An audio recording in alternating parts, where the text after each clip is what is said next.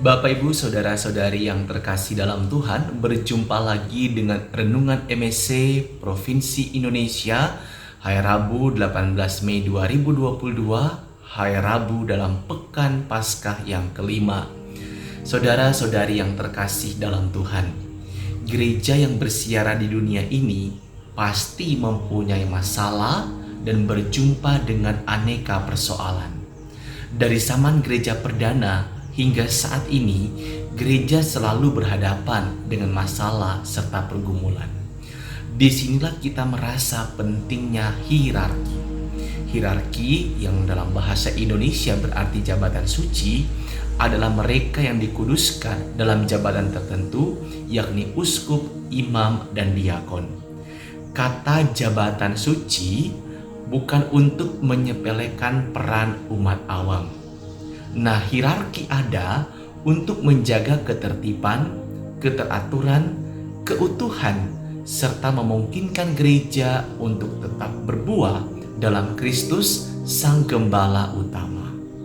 Hierarki memungkinkan kita untuk tetap tinggal dalam Kristus sehingga berbuah bagi kemuliaan Tuhan. Hierarki ada di dalam gereja bukan untuk menguasai dan menaklukkan, melainkan untuk melayani dan menggembalakan.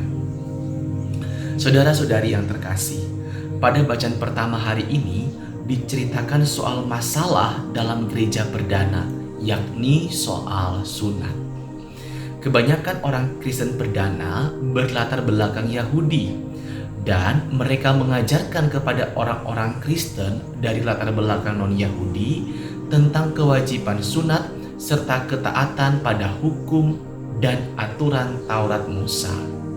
Nah, hal ini dilawan oleh Paulus dan Barnabas, sebab mereka tahu esensi atau hal utama dalam kekristenan, yakni sunat batin melalui pembaptisan yang adalah simbol pertobatan dan ciptaan baru di dalam Kristus.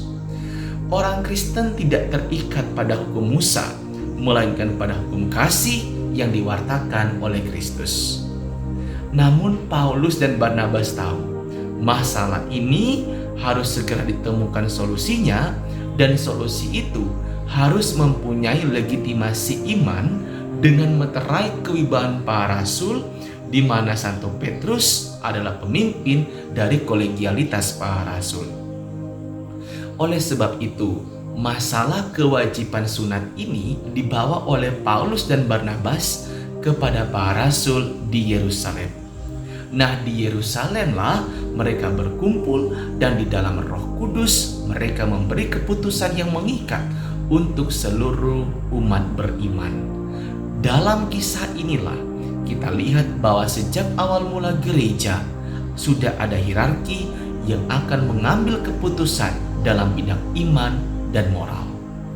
Saudara-saudari terkasih, di gereja secara pastoral kita semua sama di dalam Kristus, sesuai dengan panggilan dan karya kita masing-masing, apapun sebutan kita, entah uskup, imam, diakon, ataupun awam, atau pakai bahasa lain, klerus, biarawan, maupun awam.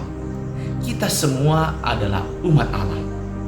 Namun dalam hal magisterium atau ajaran resmi tentang iman, Tuhan Yesus memberikan kuasa serta wewenang mengajar itu kepada para rasul.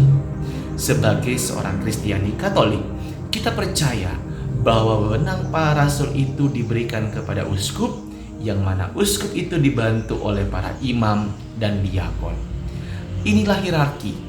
Tugasnya jelas, yakni menguduskan umat beriman melalui sakramen-sakramen, mengajar tentang iman dan moral, dan memimpin, menggembalakan, mempersatukan umat Allah sesuai yang diatur oleh hukum gereja.